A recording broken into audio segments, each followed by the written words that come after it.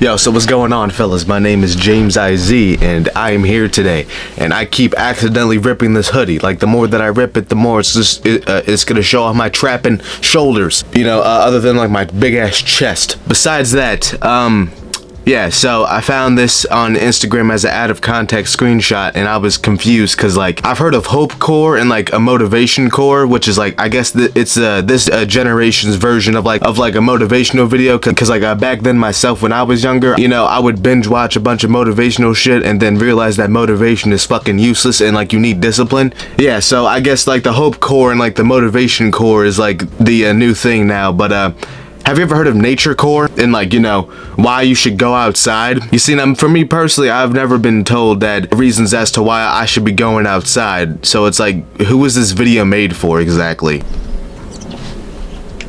Where we once used to go outside and enjoy nature, being one of the richest things we could do in life. Yeah.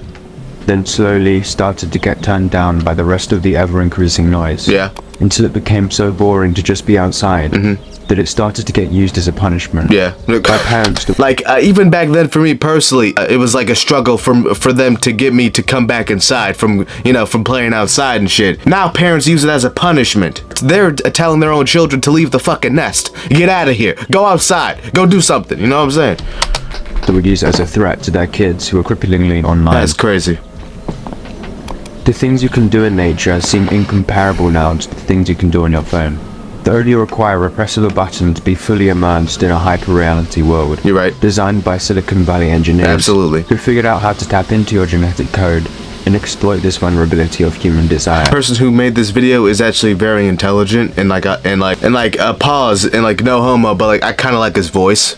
You know, he has that like, you know, like he has that soothing British voice, not the fucking "Oi, bruv, who wants a fucking cheeseburger, mate?" You know what I'm saying? Like that shit. Yeah, nah. There needs to be constantly gaining better and more stimulating experiences. Where we once used to be able to go outside with no distractions, we then stacked on more layers of stimulation by listening to a podcast at the same time.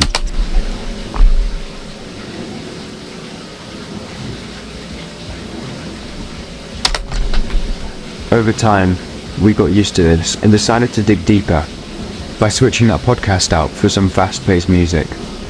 Before we knew it, we could no longer enjoy just being outside for the sake of being in nature. Okay, look, like this old footage of like nature is actually really cool to me. I ain't gonna lie, I like this.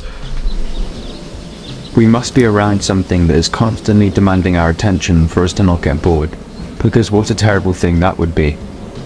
Instead, we divert our focus to whatever thing shouts the loudest, quickly drowning out the appeal of what was once one of the most fulfilling and fruitful activities of human experience.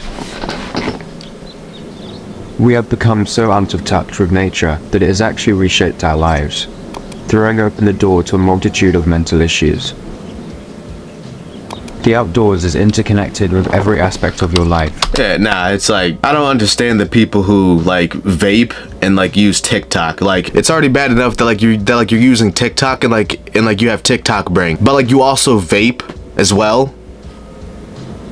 Like, you're just frying your dopamine receptors. Like, you don't like anything, do you?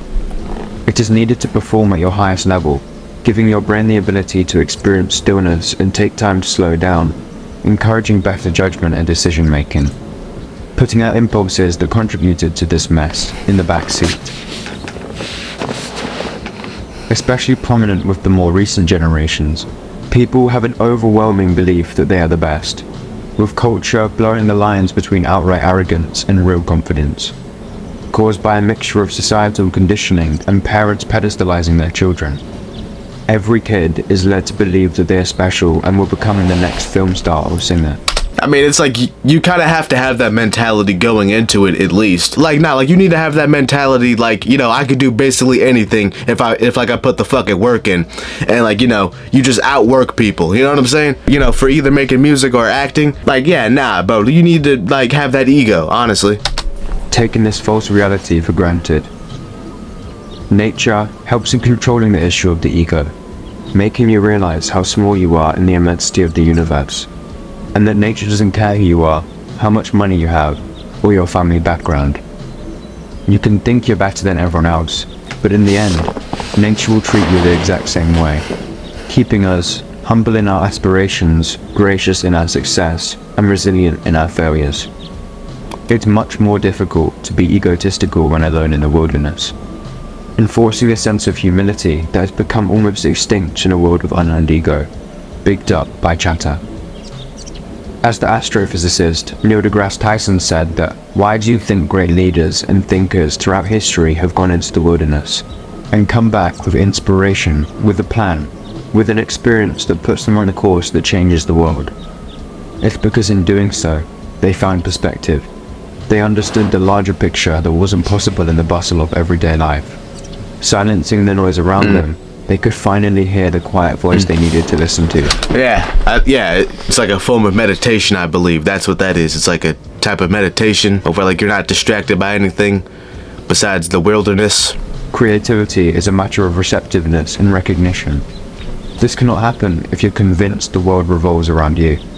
By removing the ego, even temporarily, we can access what's left standing in relief. By widening our perspective, more comes into view. The Stoics saw the natural world as an important aspect of cultivating a sense of gratitude and contentment. Yeah, so I kind of get the point. Basically, it's it's like go outside to relieve all the stress and anxiety of the world, I guess. You know what I'm saying? Like, a nature core is actually pretty hard. I ain't gonna lie to you. I thought that I was gonna make fun of this, but I wasn't. I didn't make fun of it. I enjoy it. I enjoy nature.